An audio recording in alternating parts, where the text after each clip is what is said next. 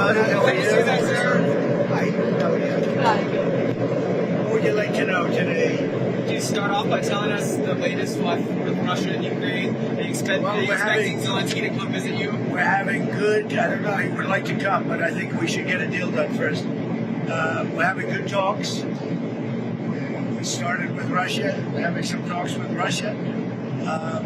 Ukraine is doing well. I think they're pretty happy about it. They'd like to see it end. And we won't know for a little while, but we're making progress.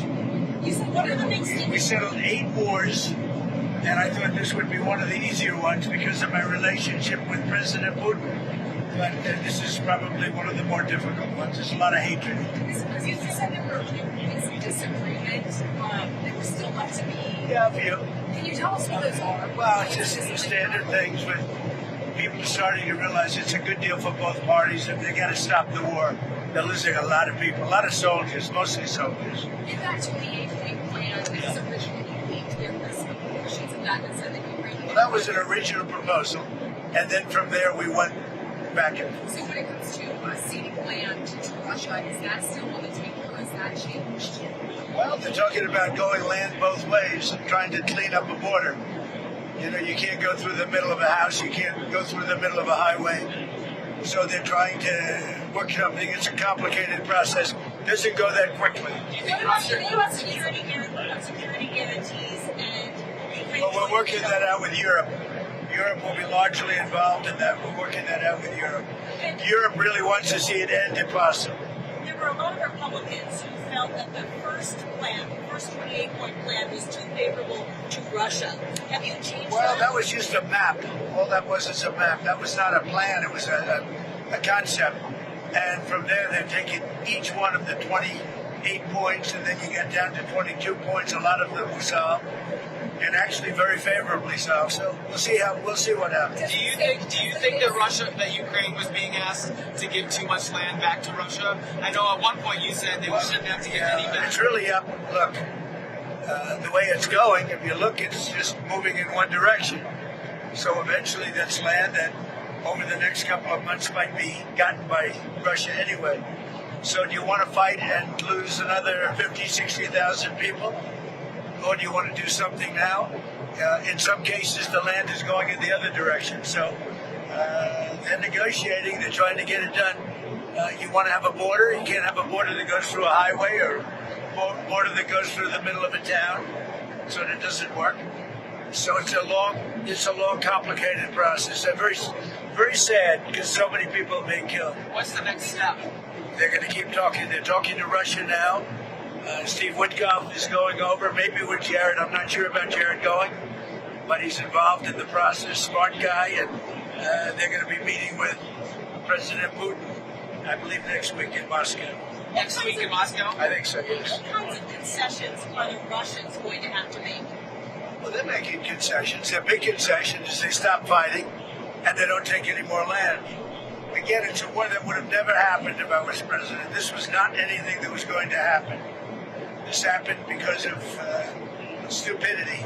It's too bad. Mr. President, Witkoff is going to Russia next week. Does that mean that Thanksgiving deadline doesn't stand anymore for Ukraine to agree to this? We're going to see what happens. They set up a date, and the date is going to be sometime in the very near future. Do you have a deadline? No, I don't have a deadline. You know what the deadline for me is? When it's over. And I think everybody's tired of fighting at this moment. They're losing too many people. Have you heard this audio that Bloomberg has of Witkoff coaching the Russians on how to appeal to you? Well, I haven't heard it, no, but that's a standard thing, because he's got to sell this to Ukraine. He's got to sell Ukraine to Russia. That's what a deal maker does. You got to say, look, they want this. You got to convince them with this. That's a very standard form of negotiation. I haven't heard it, but I heard it was standard negotiation.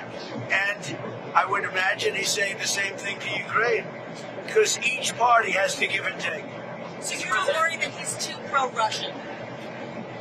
Well, I think, look, this war could go on for years, and Russia's got a lot more people, got a lot more soldiers, So I think if Ukraine can make a deal, it's a good thing. I think it's great for both. Frankly, I think it's great for both. But Ukraine's got it's a much smaller group of people. They've lost a lot of people. Russia's lost a lot of people, but Russia has a much bigger pool of people. Mr. President, are you planning to unveil a healthcare plan anytime soon? Well, we're looking at different alternatives. I mean, I like my plan the best. Don't give any money to the insurance companies. Give it to the people directly. Let them go out and buy their own health care plan. And we're looking at that. If that can work, we're looking at that. That's sort of taken off. That's what I like. Don't give the money to the insurance companies. They go out and buy their own plan. You give the money to the people. I like it the best. Are you planning to extend those subsidies? I'd rather not. Somebody said I want to extend them for 2 years. I don't want to extend them for 2 years. I'd rather not extend them at all. And maybe some kind of an extension may be necessary to get something else done, because the Unaffordable Care Act has been a disaster.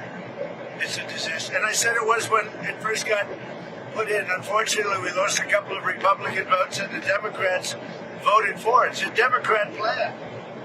And the premiums are going up, and it's the Democrats' fault. But, they are negotiating with me. It's very interesting. They want to see something happen. Who are you talking to on the Democrats side? But we have a lot of Democrats want this plan to happen.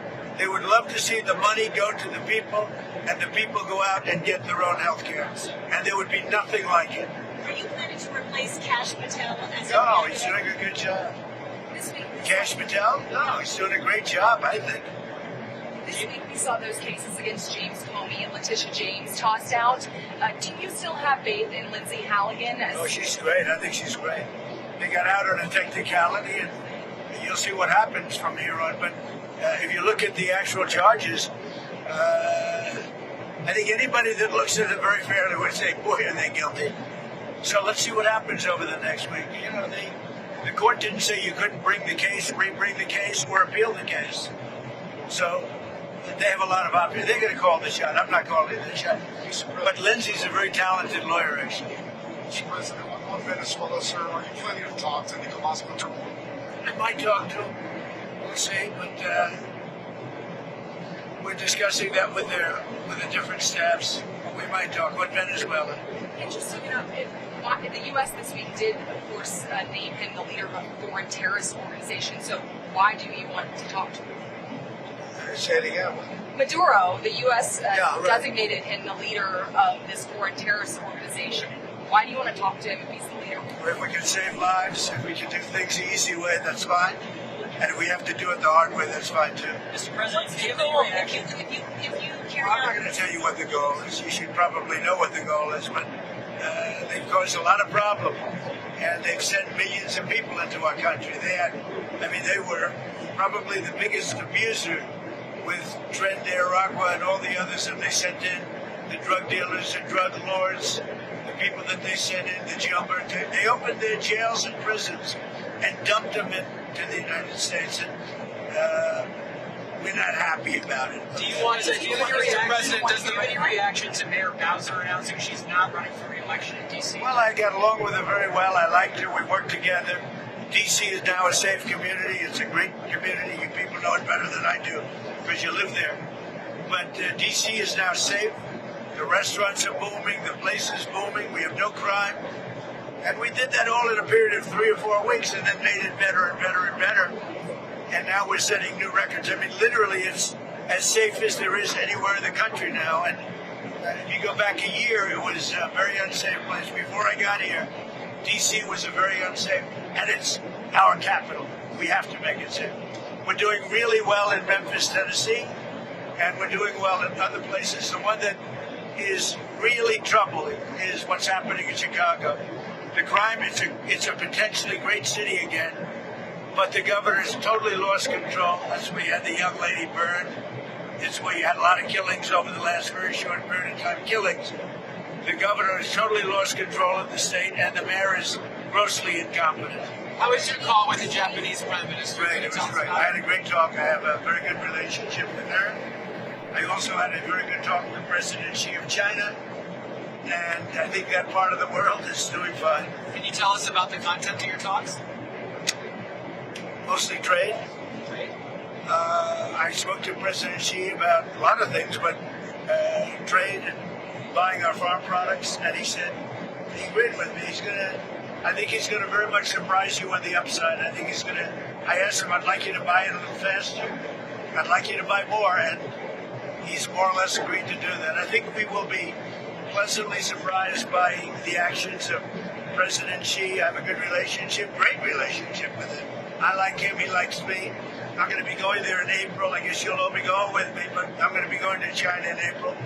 With Japan, likewise, I just came back from Japan, and we have a great relationship. The new Prime Minister and myself, she's very smart, she's very strong, and she's going to be a great leader. Thank you very much, everybody. Jelajahi cara baru mendapatkan informasi. Download Metro TV Extend sekarang.